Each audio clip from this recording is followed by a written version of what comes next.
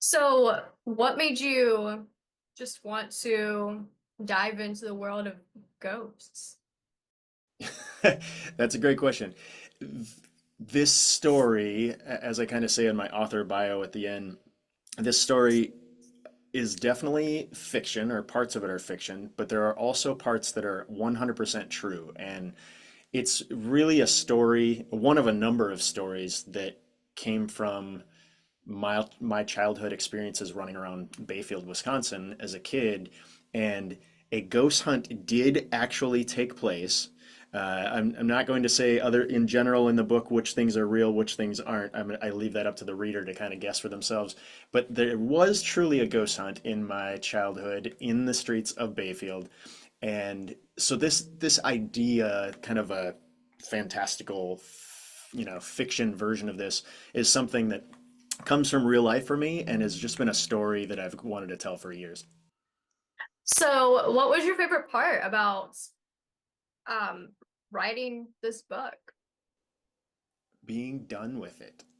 No, no, I mean that actually just really feels amazing, finally getting the proof and knowing that it's ready to be released. But I think my favorite part is just actually proving to myself that I can start down this road, because it's, like I said, a little different undertaking than what I've done before.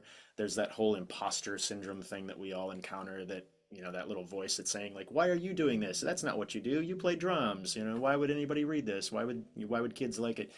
Um, but my wife is an elementary school teacher, and I've spent a lot of time as a reading buddy going into school and sitting down and doing some reading with the kids, or having them read to me and helping them along. And I love reading. I think that literacy is really important. And this little story, like I said, for me, selfishly, is me being able to output this thing that I've had kind of in my head for years. But I also hope that it's not only just a fun read for kids, but also that it just promotes literacy. And one element that plays into this book, and also will in future the Bayfielders series books, is the Bayfield Carnegie Library. And the boys end up at the library. They find a book that is supposed to help them do, this thing that they're setting out to do. And that is going to be something that like recurs, because that library was very important to me as a little kid. It's where I checked books out incessantly, did summer reading program to get free ice cream cones, and learned my first little computer programming, put on a little magic show when I was a kid, all kinds of things. And so that library is very near and dear to my heart. And just that idea of using books as a resource and supporting your local libraries and literacy in general, it's just kind of a big part of it for me. So you said that you don't even live in the Midwest anymore. Is that correct? Correct. Yeah, I now live in Portland, Oregon, and I get back that way once in a while. I'm going to be back in April, spending a short period of time, because my brother directs it's called the Shawamigan Area Choir up in Washburn, Wisconsin, and it's like a 40 to 60 member community choir. Hmm. And they have a little Broadway series of concerts coming up, and I'm going to go back and play drums with them. And in the 30 years he's been directing, I think this is maybe my second time doing it. So it'll be fun to just get back into the area and explore Bayfield more. Yeah. So did you ever come back this way when you were writing, or did it just take you back in your mind? Yeah, that's a great question. Definitely both. I mean, I've spent a lot of time feeling like a kid again, running through the streets of Bayfield as I've revisited all these ideas. But I was back for a nephew's graduation and a niece's graduation, both actually.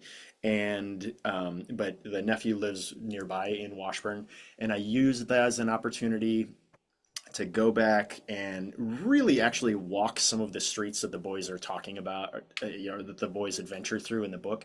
Um, because I really wanted that to be as realistic as possible. So I'm talking about Washington and Second, and the ravine coming down from the school, and the nature trail and things like that. So I definitely spent some time just strolling around town, kind of looking at it in a like with a different lens than I ever had in the past because I knew that this book was percolating at the time, and just taking a ton of photos, walking through the nature trail just to keep things in my head and my eye as I was writing. So you said that this will be kind of like the first book in a series? That is my hope with this. Yes, I haven't started the next one, but I have ideas laid out for a couple of them. And there are just so many fun adventures that I went on as a kid. You know, you're riding around on your bicycle, terrorizing the tourists, and up and down the docks, and riding the ferry across the Madeline Island, or the wind sled in the wintertime when the ice is frozen. And um, yeah, there are just a bunch of little ideas and stories that once I got into this one, I considered including, but I realized those aren't part of this story. They need their own book to go off on that tangent a little bit. Mhm. It's a good location to base a book series in. It really is. I'm just getting ready to share online, like, some interesting facts about Bayfield, but it's such a small town, and as a kid, you just spend a lot of, growing up in a place like that, you spend a lot of time outside, and there are all sorts of little hidden nooks and crannies and trails and things, and that area is just magical. You've got the Mhm. lake and, so much legend and lore from that area. It's a pretty fascinating place to grow up for sure.